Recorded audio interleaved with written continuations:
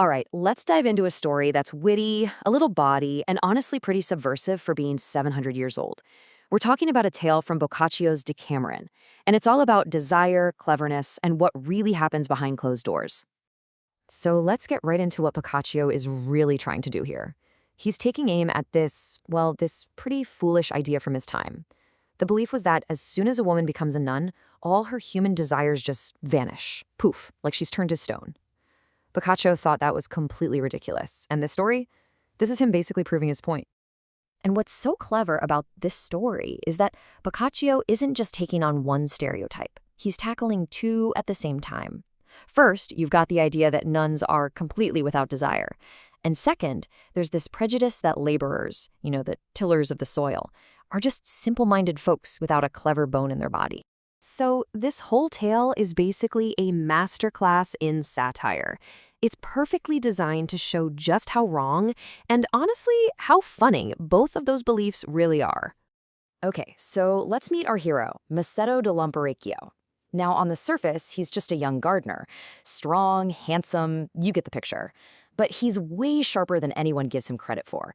And his whole life is about to change, because he runs into this other gardener who's just quit his job at a convent packed with young nuns. And just hearing about this convent, you can almost see the gears turning in his head. Masetto spots an opportunity that no one else would. And right then and there, he comes up with a plan. It's simple, but oh, it is absolutely brilliant. He's going to get himself inside those walls. His plan is just a perfect example of what Boccaccio called ingenio, basically street smarts or practical cleverness. He knows the obstacle right away. He's too young and good-looking, they'll never hire him. So what's the solution? He'll pretend to be deaf and mute. Why? Because that makes him seem totally harmless, and more importantly, he can't gossip, he can't tell any tales. And you know what? It works like a charm. He shows up at the convent, plays the part of a poor mute just looking for a job, and the steward is immediately impressed by how strong he is. The abbess herself signs off on it, saying a mute gardener won't be, and this is a great line, cracking his jokes with your young women. Oh, the irony is just fantastic. So he's in, and Masetto's plan starts to work way, way better than even he probably hoped. Because, well, it turns out those nuns aren't made of stone after all. It all kicks off with two young nuns talking in the garden. One turns to the other and says, she's heard that the greatest pleasure in the world is, and she's thinking maybe they should test that theory out with the new mute gardener. I mean, he's just a dull, clownish lad, right? And the best part, he could not blab if he would.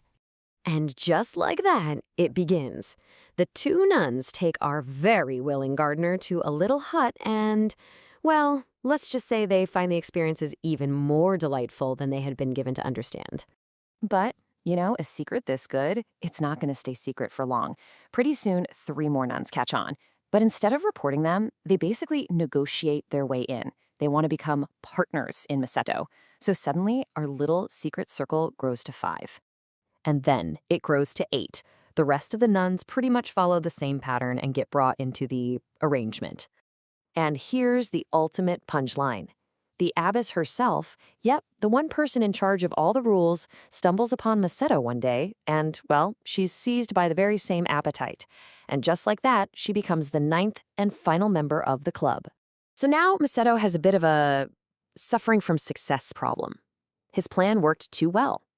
He's now expected to, let's say, serve all 9 women, and the abbess has some pretty exorbitant demands. The guy is completely exhausted.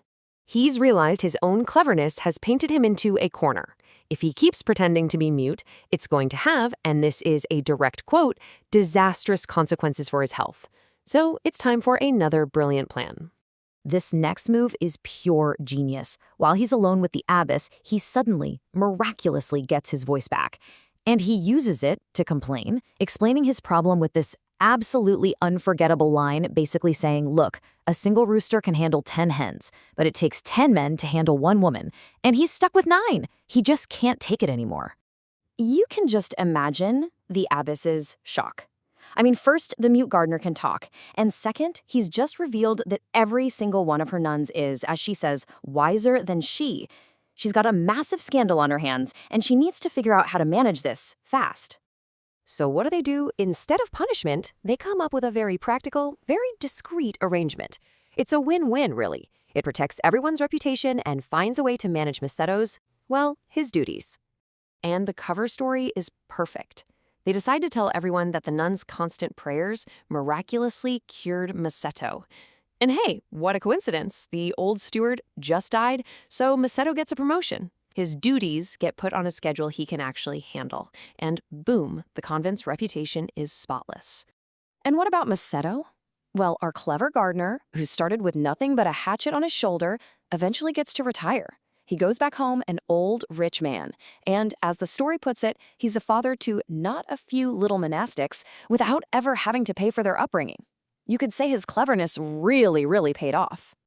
So, in the end, Boccaccio's story is this brilliant takedown of stereotypes. You have a supposedly simple laborer who outwits an entire religious institution, proving that human nature, well, it's always going to find a way.